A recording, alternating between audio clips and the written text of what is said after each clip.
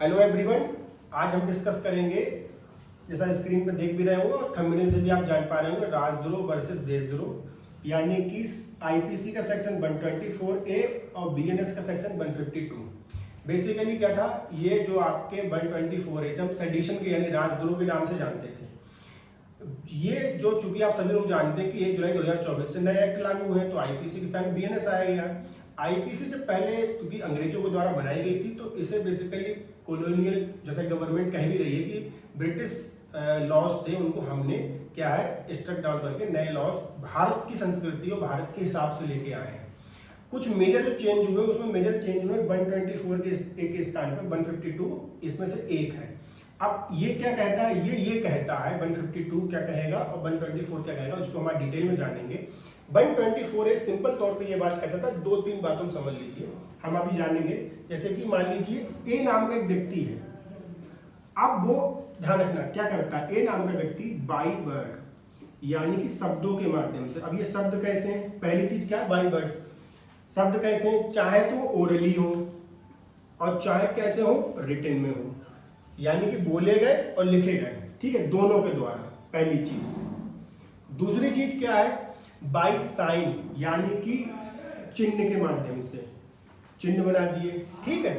तीसरा visual representation यानी दृश्य रूपेण के तरीके से,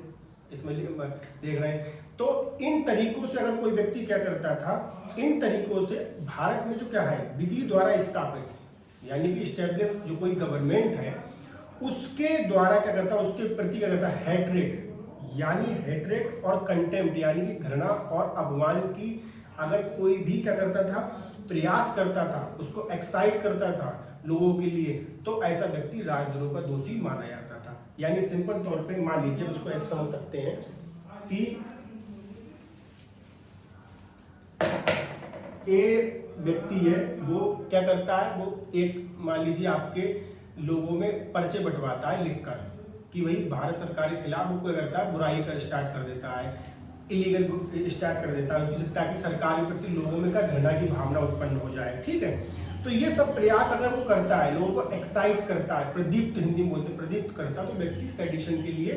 क्या लायबल माना जाता था। इसमें स्पष्टीकरण भी था कि जो इसके लास्ट में दिया भी गया है कि मान लीजिए आपके अगर सरकार के एडमिनिस्ट्रेटिव वर्क की कोई क्रिटिसिज्म करता था तो कोई प्रॉब्लम नहीं हो सकती थी, ठीक है, वो इसके अंतर्गत नहीं आती थी, क्योंकि डेमोक्रेसी में ये राइट है अपने सिटीजन्स के पास में कि वो अपनी जो इलेक्टेड गवर्नमेंट है उसके किसी भी एक्ट की या कार्य की क्या कर सकते हैं, क्रिटिसिज्म यानी रीजनेबल क्रिटिसिज्म, युक्तियुक्त आलोचना कर सकते हैं। लेकिन फिर भी इस सेडिशन का गवर्नमेंट पे ये एलिगेशन लगता था कि गवर्नमेंट अपने खिलाफ कोई बुराई करता तो उस पर इसका मिसयूज करती है, इसलिए इस सेक्शन को हटाने की मांग हमेशा से चली है। अब आते हैं हम किस पर, आपके 152 में, जिसको इसको हटा भी दिया गया, एक नए नाम तो स्पेसिफिकली नहीं लिखा गया है। 152 का अगर आप सेक्शन पढ़ेंगे तो वो ये कहता है, क्या कहता है, एक्ट किस चीज का, सॉवरेनिटी, यूनिटी या इंटीग्रिटी ऑफ द इंडिया, यानी भारत की संप्रभुता, एकता, अखंडता को खतरे में डालने वाले जो भी कार्य, इसमें स्पेसिफिकली नहीं लिखा है कि ये देशद्रोह है। तो बेसिकली क्या है, अब इंडेंजरिंग यानी कि जो डेंजर में डाल सकते हैं भारत की संप्रभुता, अखंडता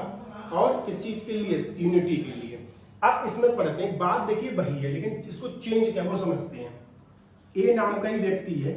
सबसे पहले भाई शब्दों के माध्यम से, बाई वर्ड, किसके कैसे, चाहे वो ओरली हो चाहे रिटन में हो, पहली चीज शब्द चाहे लिखे हो चाहे बोले गए हो। दूसरी बात, ठीक है, दूसरी बात क्या है, संकेत यानी साइन, ठीक है। तीसरी बात विजुअल रिप्रेजेंटेशन यानी दृश्य रूपेण। चौथी बात इलेक्ट्रॉनिक संसूचना यानी कि इलेक्ट्रॉनिक कम्युनिकेशन। पांचवी बात वित्तीय साधन के प्रयोग से द्वारा, ठीक है, या फिर अन्यथा। आप बहुत सारी बातें समझते हैं वन बाई वन एग्जाम्पल के हिसाब से। कोई भी व्यक्ति, मान लीजिए ए नाम का व्यक्ति है, शब्द क्या लिखता है, शब्द को चाहे वो पर्चे पे लिखे, चाहे बोल के सभा में बोले, ठीक है, और चाहे आपके रिटन फॉर्म में लिखे, और चाहे आपके सोशल मीडिया, क्योंकि इलेक्ट्रॉनिक कम्युनिकेशन लिखा है, इलेक्ट्रॉनिक कम्युनिकेशन जितने भी आपके टूल हैं, social media, Facebook, Twitter etcetera, जिस पे भी लिखेगा, क्या लिखेगा, क्या चीज लिखेगा, ये चीज लिखेगा, कौन सी चीजें लिखेगा, जिससे क्या होता हो, अलगाव, यानी इससे अलगाव हो, या सशस्त्र विद्रोह आर्म्ड रिबेलियन हो सकता हो, या विध्वंसक क्रियाकलापों के लिए एक्साइट करे लोगों को लिए उसका प्रयत्न करता है, तब ऐसा व्यक्ति क्या कहलाएगा, आपके इस धारा के अंतर्गत दोषी पाया जाएगा। ये अभी इसका 50% मामला है। कैसे, अब इसको एग्जाम्पल समझ सकते हैं। जैसे अभी आपने पंजाब में खालिस्तानी मूवमेंट देखा है। अब अगर मान लीजिए कोई व्यक्ति जो खालिस्तानी है, कोई व्यक्ति जो पंजाब को अलग राज्य बनाने की मांग करता है, तो ये बेसिकली क्या है, ये हमारी यूनिटी और सॉवरेनिटी यानी जो हमारी एकता है, देश की एकता और अखंडता है, उस पर क्वेश्चन मार्क है। तो अगर कोई भी व्यक्ति मान लीजिए आपके इस तरीके की अगर मान लीजिए सोशल मीडिया में कैंपेन चलाता है कि भाई ऐसा है, पंजाब को एक अलग राज्य बना देना चाहिए, तो बेसिकली वो इस धारा के अंतर्गत दोषी माना जाएगा। ठीक है। या वो मान लीजिए किसी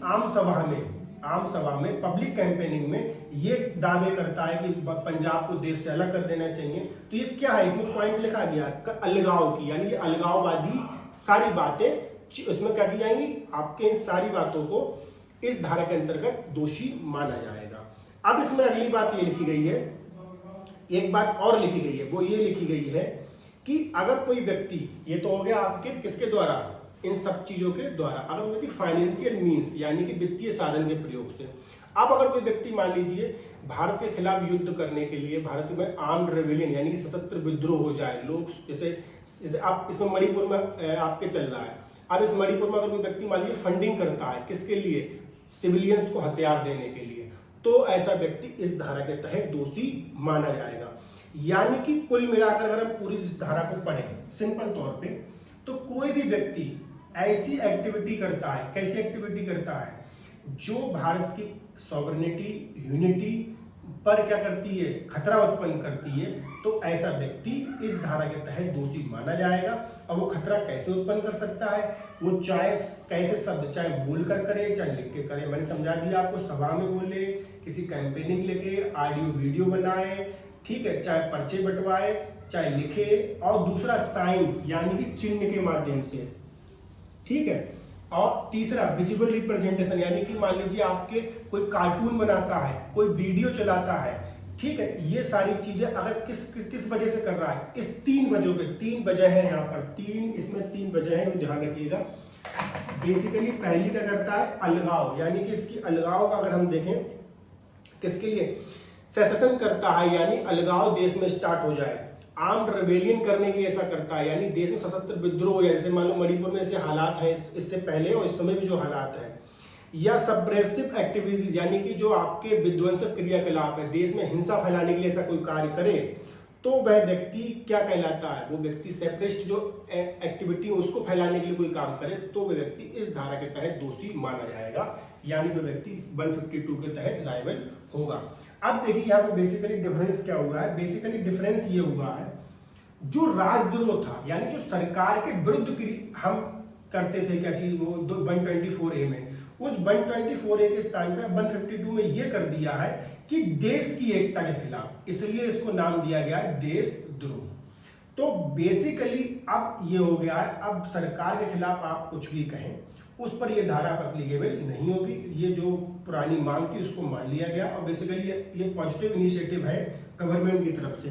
अब इसके एक्सप्लेनेशन को पढ़ लेंगे। हाँ, इसमें सजा हम और पढ़ लेते हैं। इसमें सजा ये, अगर कोई व्यक्ति ऐसे दोषी पाया जाता है तो उसके लिए सजा कितनी है, 7 वर्ष से लेके आजीवन कारावास यानी लाइफ इम्प्रिजमेंट तक हो सकता है इस धारा के तहत, सेक्शन 152 के तहत। अब इसमें एक बात और वही है, वो स्पष्टीकरण कहता है, वो स्पष्टीकरण पहले के स्पष्टीकरण में भी है कि अगर मान लीजिए कोई व्यक्ति,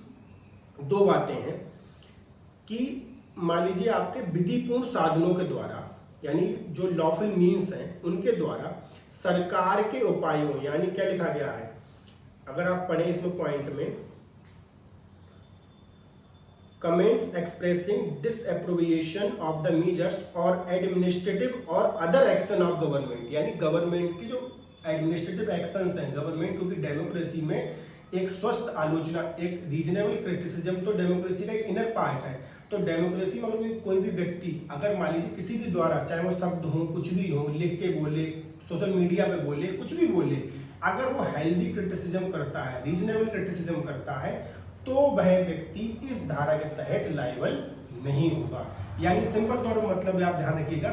आप सरकार की उचित आलोचना कर सकते हैं। जैसा कि 124A में कभी कभी एलिगेशन लगते थे कि सेडिशन का प्रयोग जो है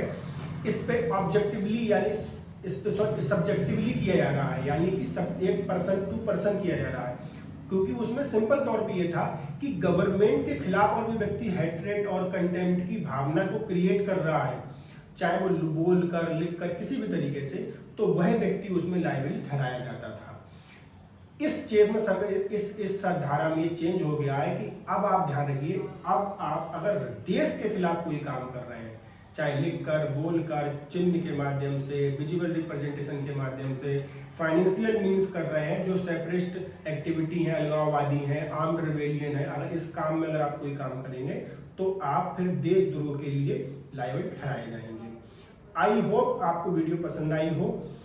अब अगर हम इसमें ये करते हैं, अगर अब आप अपने विचार इसमें रखें, नीचे कमेंट सेक्शन पे लिखें कि आपकी इस बदलाव से, इस धारा के ऐड होने से आपको क्या उचित लगता है, क्या उचित नहीं लगता है। और बाकी अगर वीडियो अच्छी लग रही हो तो चैनल को सब्सक्राइब करें और शेयर करें। धन्यवाद।